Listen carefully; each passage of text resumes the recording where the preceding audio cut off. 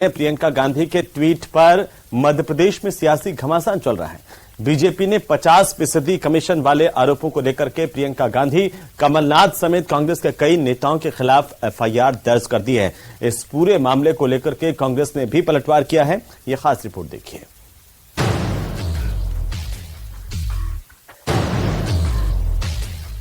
प्रियंका गांधी के 50% कमीशन वाले ट्वीट पर एमपी में सियासी माहौल गर्म है।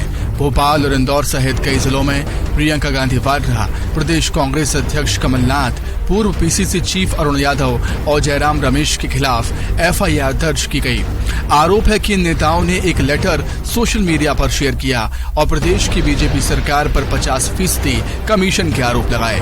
ज्ञानेंद्र अवस्थी नाम के अज्ञात शख्स पर भी केस दर्ज किया गया है।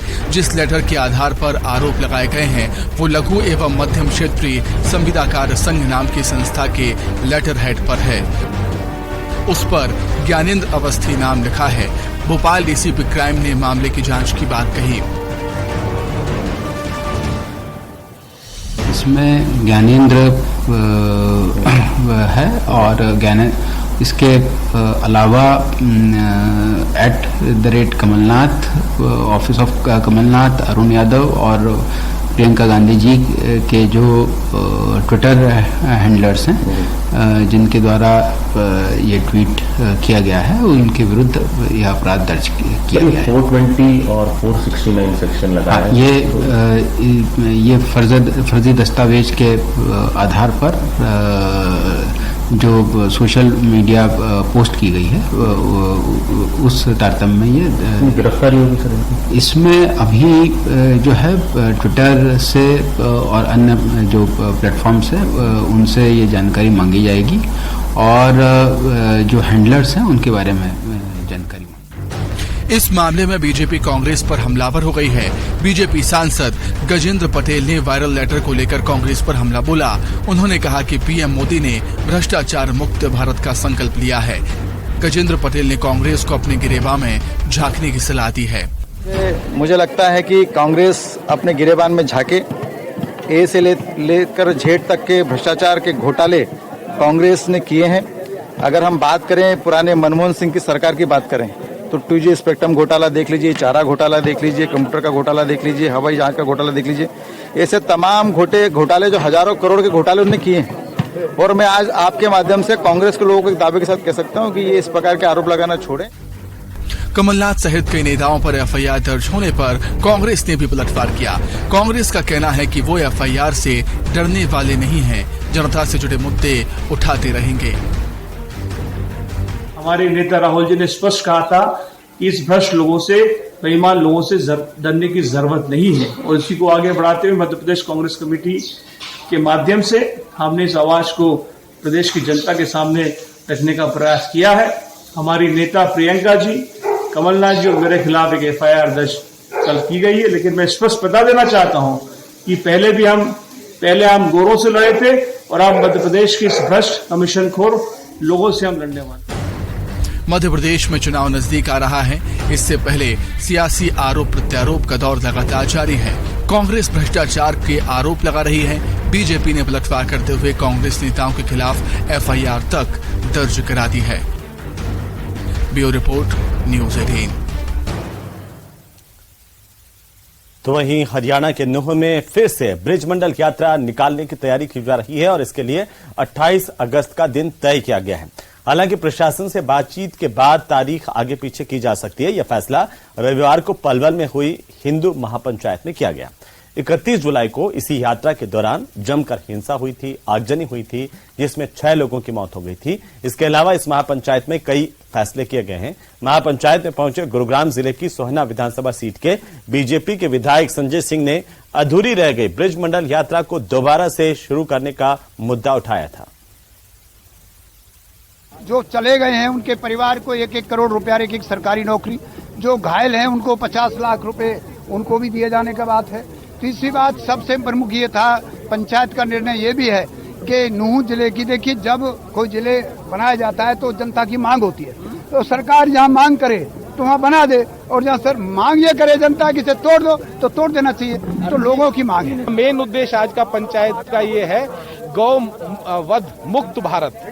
गौवध मुक्त भारत, क्योंकि ये गौ माता की वजह से ही ये सारे वो हो रहे हैं। वो लोग अपने थोड़े लालच की वजह से गौ माता का वध करते हैं और ये इस भारत की आत्मा गवाही नहीं देती कि हम गौ माता का वध होने दें। हम किसी भी स्थिति में गौ माता का वध नहीं होने देना चाहते, चाहे हम उनकी जगह अपना शीश दे दें, लेकिन गौ माता का शीश किसी को बर्दाश्त नहीं है। पंचायत की कमेटी है, वो 101 आदमी की बनाई है। वो 101 आदमी के सबके नंबर और कमेटी जो हमने एजेंडा फैसला लिया है उसे हम सरकार तक पहुंचाने के लिए वे 101 आदमी कोई डेट तय करेंगे और फिर हम जहां भी सरकार में जिस तरह भी जो भी मिल पाएगा वहां उनसे मिलेंगे। तो वहीं कोलकाता में संयुक्त मोर्चा सम्मेलन में बीजेपी के राष्ट्रीय अध्यक्ष जेपी नड्डा ने कहा है कि बंगाल जो आज सोचता है भारत कल सोचता है। ये कहना दुर्भाग्यपूर्ण है कि पिछले 30-40 सालों में कांग्रेस या पश्चिम बंगाल की सीएम ममता बनर्जी के शासन में बंगाल को पिछड़ा बनाने में कोई कसर नहीं छोड़ी गई।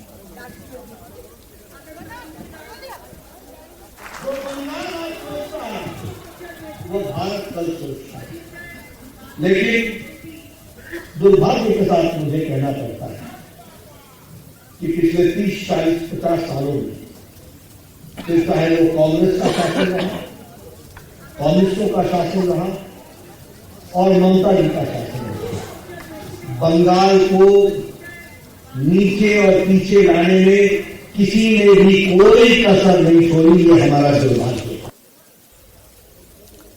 तो वहीं केरल के वायनाड में कांग्रेस सांसद राहुल गांधी ने कहा है कि हमारे आदिवासी भाई बहन देश के मूल मालिक थे और इसका तात्पर्य यह भी है कि इस देश के मूल मालिकों को जमीन जंगल पर अधिकार दिया जाना चाहिए और जो वे चाहते हैं उन्हें करने की अनुमति दी जानी चाहिए।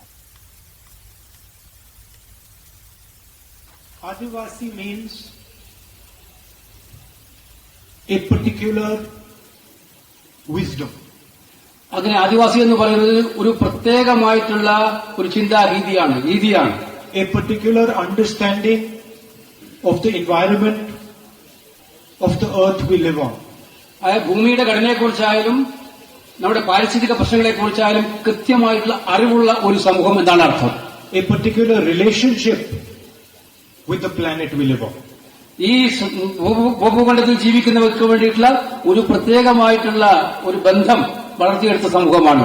And Adivasi, the word Adivasi also respects and accepts the fact that our tribal brothers and sisters were the original owners of this country. ആദിവാസി സമൂഹം എന്ന് പറഞ്ഞാൽ അവർ പരസ്പരം ബഹുമാനിക്കുകയും അംഗീകരിക്കുകയും ചെയ്തിട്ടുള്ളതാണ് നമ്മുടെ യഥാർത്ഥമായിട്ടുള്ള പട്ടികവർഗ। और अब बात करेंगे महाराष्ट्र के ठाणे शहर के एक अस्पताल की जिसमें भर्ती 18 मरीजों की 24 घंटे के भीतर मौत को लेकर के हड़कंप मचा हुआ है। ये घटना ठाणे के कलवा में सरकारी छत्रपति शिवाजी महाराज मेमोरियल अस्पताल में हुई है, जहां 10 अगस्त को एक दिन के भीतर 5 मरीजों की मौत हुई थी। इसके बाद ये मौत का सिलसिला यहां रुका नहीं और बीते 24 घंटे में 18 मरीजों की मौत से आक्रोश फैल गया। इस घटना पर अब राजनीतिक बयानबाजी हो रही है। सरकार ने मामले की जांच और लापरवाही मिलने पर कार्रवाई की बात की है।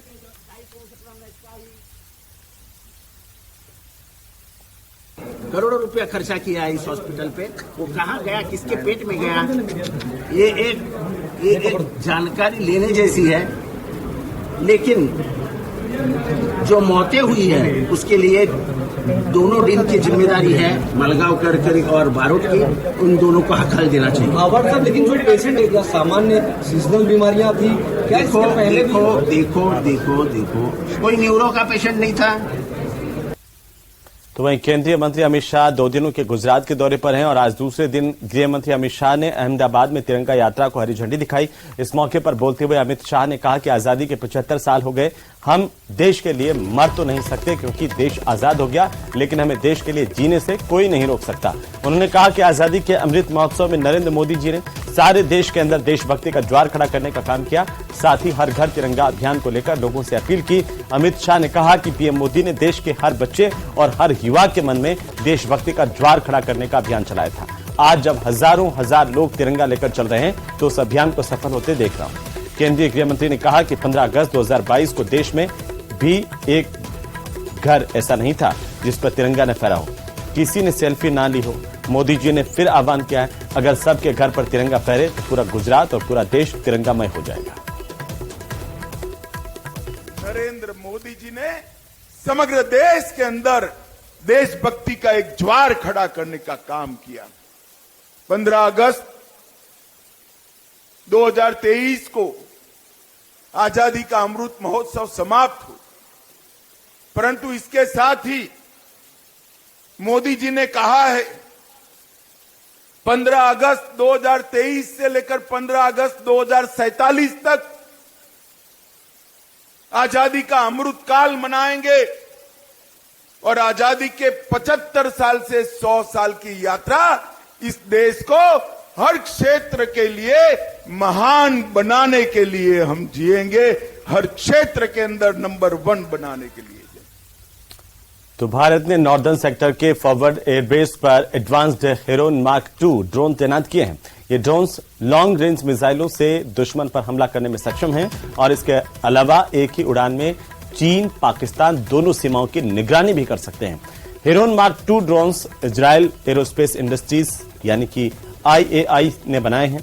इनसे एक ही उड़ान में कई मिशनों को अंजाम दिया जा सकता है और एक साथ कई सेक्टर पर निगाह रखी जा सकती है।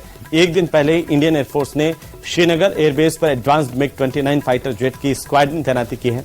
नॉर्दर्न सेक्टर में MiG-29 और हेरोन मार्क 2 ड्रोन तैनात होने से सेना की ताकत और ज्यादा बढ़ेगी। ड्रोन स्क्वाड्रन के commanding officer wing commander Pankaj Rana ने यह बताया है कि हेरोन मार्क 2 बहुत ही सक्षम ड्रोन है। ये लंबे समय तक टिकने में सक्षम है और बड़े इलाके में निगरानी कर सकते हैं। मॉडर्न एवियोनिक्स और इंजन की वजह से ड्रोन का ऑपरेशनल टाइम बढ़ गया है। ये सैटेलाइट कम्युनिकेशन से भी लैस है और टारगेट के 24 घंटे निगरानी करने में सक्षम है। Heron mark 2 drone fighter jets की भी मदद करते हैं और ये अपने टारगेट पर लेजर लाइट डालते हैं जिससे कि फाइटर एयरक्राफ्ट टारगेट को पहचानकर उस पर सटीक निशाना साध सकते हैं। It's the state of the art technology. You really have to fly it to believe it.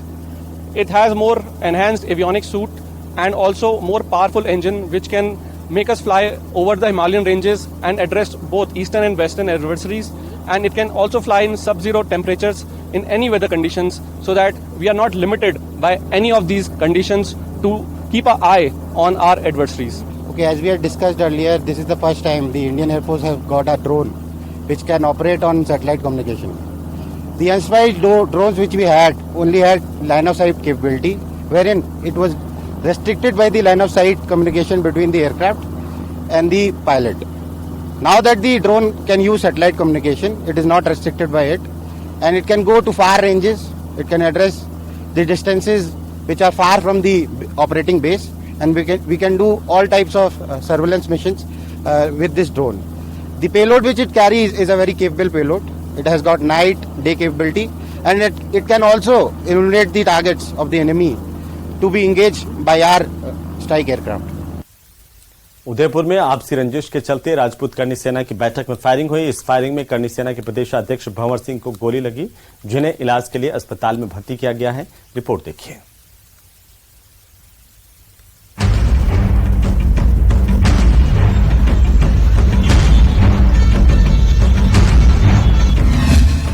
Rajput करनी सेना की बैठक में फायरिंग। प्रदेश अध्यक्ष भंवर सिंह को मारी गोली।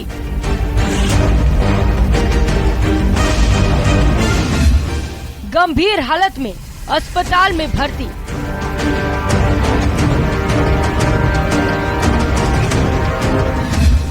पुरानी रंजिश बताई जा रही वजह।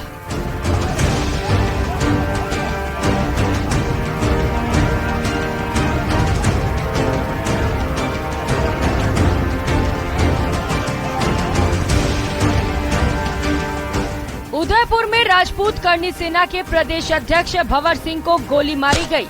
बताया जा रहा है कि उनकी हालत नाजुक है। उदयपुर पुलिस ने गोली चलाने वाले आरोपी दिग्विजय को गिरफ्तार कर लिया है। भंवर सिंह को पुलिस अस्पताल में भर्ती करा चुकी है। आज बीएन कॉलेज के अंदर श्री राजपूत करनी सेना की एक मीटिंग थी, जिसके अंदर उनके पोस्टर विमोचन का कार्यक्रम था और वो कोई सभा करने जा रहे थे। उसके बारे में डिस्कशन था आपसी अंदर में। उसके अंदर उनके जो प्रदेश अध्यक्ष हैं भंवर सिंह जी सेलाडिया, उनको उन्हीं के जो एक पदाधिकारी भूतपूर्व थे, जो यहाँ के जो जिला अध्यक्ष थे, दिग्विजय सिंह जो खैरौदा थाना क्षेत्र के रहने वाले हैं, उन्होंने आपसी विवाद के चलते हुए, क्योंकि उनको हटा दिया गया था 2-4 महीने पहले, ये और भी विवाद इन्वेस्टिगेशन में सामने आएगा। इस कारण उन्होंने जाके पीठ के पास से गोली मार दी और वो अभी गीतांजलि हॉस्पिटल में एडमिट है, खतरे से बाहर अभी बताए जा रहे हैं और जो मुलजिम है वो हमारे पास में आ चुका है। घटना के पीछे पुरानी रंजिश बताई जा रही है। ये गोली उस समय मारी गई जब बीएन संस्थान परिसर में राजपूत करनी सेना की बैठक चल रही थी। गोली मारने वाले दिग्विजय सिंह को लोगों ने मौके पर ही पकड़ लिया। भीड़ ने उसके साथ मारपीट भी की। पूरे घटनाक्रम से यहाँ पर अफरा तफरी का माहौल हो गया। जो महासभा चल रही थी वहां पर अफरा तफरी का माहौल हो गया और बड़ी तादाद में लोग मौजूद थे। उन्होंने निजी वाहन से भंवर सिंह सिलाड़िया को एक निजी हॉस्पिटल में भर्ती कराया है, जहां पर उनका इलाज शुरू हो चुका है। उनकी स्थिति किस तरह की है ये डॉक्टर्स द्वारा जानकारियां साझा करने के बाद ही सामने आ पाएगी और पुलिस जब इन्वेस्टिगेशन करेगी तो स्थिति स्पष्ट होगी कि आखिर क्या वजह थी कि इस दिग्विजय सिंह बाठेड़ा ने भंवर सिंह सिलाड़िया को गोली मारी है। तो फिलहाल जो ग्राउंड जीरो है वहां पर पूरी तरह से सन्नाटा पसरा हुआ है कि यहाँ पर महासभा चल रही थी, लेकिन अब पूरी तरह से सन्नाटा पसरा हुआ है। यहाँ पर कोई व्यक्ति मौजूद नहीं और जो महासभा में लोग मौजूद थे वो इस समय हॉस्पिटल पहुंच गए हैं और वहां पर भंवर सिंह सिलाड़िया का इलाज चल रहा है और काफी सारे लोग हॉस्पिटल के बाहर मौजूद हैं। कपिल श्रीमाली, न्यूज 18 उदयपुर। तो वहीं बिहार में दरभंगा एम्स को लेकर के आजकल नेताओं के बीच में लेटर वॉर चल रहा है।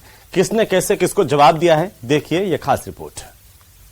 मैं आदरणीय प्रधानमंत्री जी को विशेष तौर पर धन्यवाद देता हूं कि आपने दरभंगा में एम्स की स्थापना का निर्णय ले लिया। और उन्होंने दरभंगा एम्स के बारे में जिक्र किया कि उन्होंने खुलवाने का काम किया है दरभंगा एम्स। ये सरासर झूठ है। दरभंगा एम्स बना नहीं, लेकिन सियासत फुल स्पीड से चालू है। बयानों के बाण और जुबानी तीर बीते दिनों की बात हो गई। दरभंगा एम्स को लेकर आजकल बिहार में चिट्ठी वॉर चल रहा है। शनिवार को प्रधानमंत्री ने दरभंगा एम्स का जिक्र किया तो बिहार के डिप्टी सीएम तेजस्वी यादव ने तुरंत ट्वीट कर गलत बयानी का आरोप लगा दिया। तेजस्वी के आरोपों का जवाब दिया केंद्रीय स्वास्थ्य मंत्री मनसुख मांडविया ने, वो भी सोशल मीडिया पर। लेटर लिखकर मनसुख मांडविया ने लिखा, प्रिय तेजस्वी जी, मोदी सरकार विकास में राजनीति नहीं करती बल्कि विकास की राजनीति करती है। हमारी नीयत साफ है। एम्स दरभंगा की अनुमति मोदी सरकार ने 19 सितंबर 2020 को दे दी थी। बिहार सरकार ने 3 नवंबर 2021 को पहली जमीन दी। इसके बाद आप सरकार में आए और राजनीति करते हुए 30 अप्रैल 2023 को यह जगह बदल दी। नियमों के अनुसार जमीन की जांच करने के लिए एक्सपर्ट कमेटी ने जमीन को इंस्पेक्ट किया। बिहार की विधानसभा में आपके ही विधायक ने एम्स के लिए दी गई अनुपयुक्त जमीन के लिए क्या कहा था, राजनीति से बाहर आइए और एम्स बनाने के लिए तत्काल उचित जगह दीजिए। हम बिहार में एम्स बनाने के लिए तैयार हैं। बीजेपी की तरफ से बिहार सरकार पर एक और हमला किया। केंद्रीय गृह राज्य मंत्री नित्यानंद राय ने नीतीश कुमार का पुराना वीडियो दिखाया जिसमें सीएम नीतीश दरभंगा के एम्स के लिए पीएम को धन्यवाद दे रहे हैं। मैं आदरणीय प्रधानमंत्री जी को विशेष तौर पर धन्यवाद देता हूं कि आपने दरभंगा में एम्स की स्थापना का निर्णय ले लिया। बीजेपी की तरफ से लगातार हुए 2 हमले के बाद पलटवार करने की बारी तेजस्वी यादव की थी। तेजस्वी यादव ने भी स्वास्थ्य मंत्री को संबोधित करते हुए एक लेटर ट्वीट किया। तेजस्वी ने लिखा, माननीय स्वास्थ्य मंत्री जी, यह कौन से अदृश्य विकास की राजनीति है जहां स्वास्थ्य मंत्रालय ने एम्स के लिए अभी तक स्थल फाइनल किया ही नहीं है और आदरणीय प्रधानमंत्री जी कह रहे हैं वहां एम्स खोल दिया गया है। जिस काल अवधि का आप वर्णन कर रहे हैं उस वक्त से लेकर पूर्व के कई वर्षों तक बिहार में बीजेपी के ही स्वास्थ्य मंत्री रहे हैं। शायद आप उनकी असफलता को इंगित कर रहे हैं। बिहार सरकार ने शोभन बाईपास जैसी बेहतर लोकेशन पर निःशुल्क 151 एकड़ भूमि केंद्र को हस्तांतरित की है, जिसमें मिट्टी भराई का 300 करोड़ अतिरिक्त व्यय भी राज्य सरकार वहन कर रही है। हम सकारात्मक एवं विकासोन्मुख राजनीति करते हैं, इसलिए हमने दरभंगा सहित अन्य जिलों को इसका संपूर्ण लाभ मिले तभी सबसे उपयुक्त स्थल चयन किया है, लेकिन दुर्भाग्यपूर्ण रूप से केंद्र की अभी तक स्वीकृति नहीं मिली। दरभंगा एम्स को लेकर सोशल मीडिया पर चल रहे लेटर वॉर ने फिलहाल बिहार की राजनीति में हलचल मचा रखी है। लेकिन दरभंगा में एम्स कब बनेगा ये कोई नहीं बताता। न्यूज 18 के लिए पटना से संजय कुमार के साथ ब्यूरो रिपोर्ट। तो चलिए आगे बढ़ेंगे।